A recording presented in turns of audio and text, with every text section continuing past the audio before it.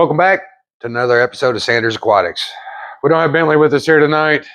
He's actually playing video games. Good for him. But we're going to show you my lazy way to go through and breed rainbow fish. So I got these Fricata rainbows about a month and a half, 2 months ago, and I set up a lazy way to go through and breed them. We're breeding a whole bunch of fish. We're working on setting up a big baby breeding rack right here. We've got eggs and babies in almost every single tank in here. We've got leopard danios in there. We're calling them pink skirts, these little dye-injected fish.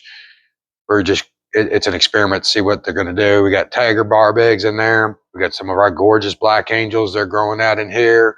Pracox rainbow babies going on in here. We got black angel eggs going on in here. A couple future projects. And then we robbed one of our Turkana jewel pairs of their eggs. They're pouting right now. It's kind of funny to watch, really. But still working on setting up the rack.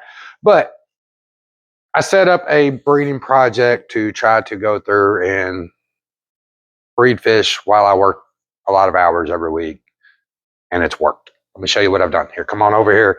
This rack right here was one of the first racks we set up when we first started setting up our breeding room down here in our fish basement.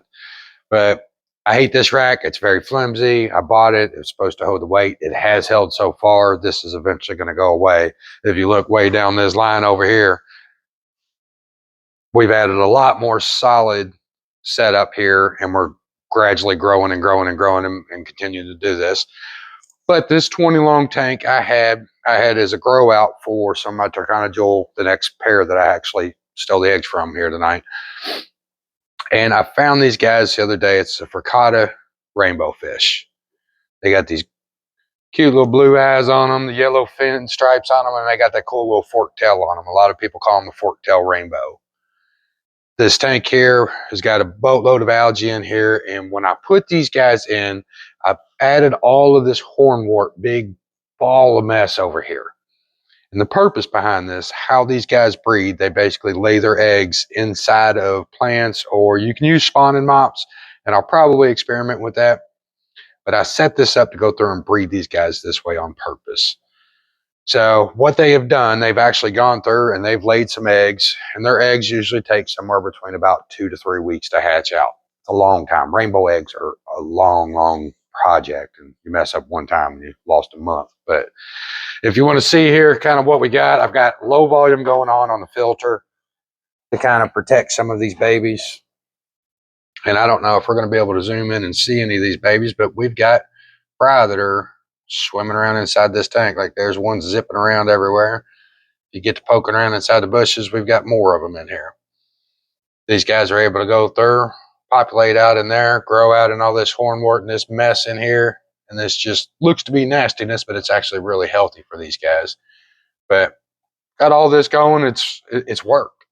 I set this up as a lazy way to go through and breed rainbows. I'd had some with my Pracox rainbows that did the same thing, but the Pracox are a lot bigger, and they ended up eating their babies. They had no chance to go through and grow out.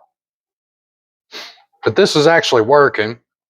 I'm going to go through and pull the babies out tonight, and we'll put it in our fry rearing rack that we've just set up. But these guys are awesome fish. Great smaller tank. Probably don't want to go much less than a 20 gallon because they are schooling fish and they like to zip and move and dart around everywhere. But they can be kept with a lot of your Cory cats and things like that. They're great community fish. Stay real small. Don't get much more than about 2.5 inches.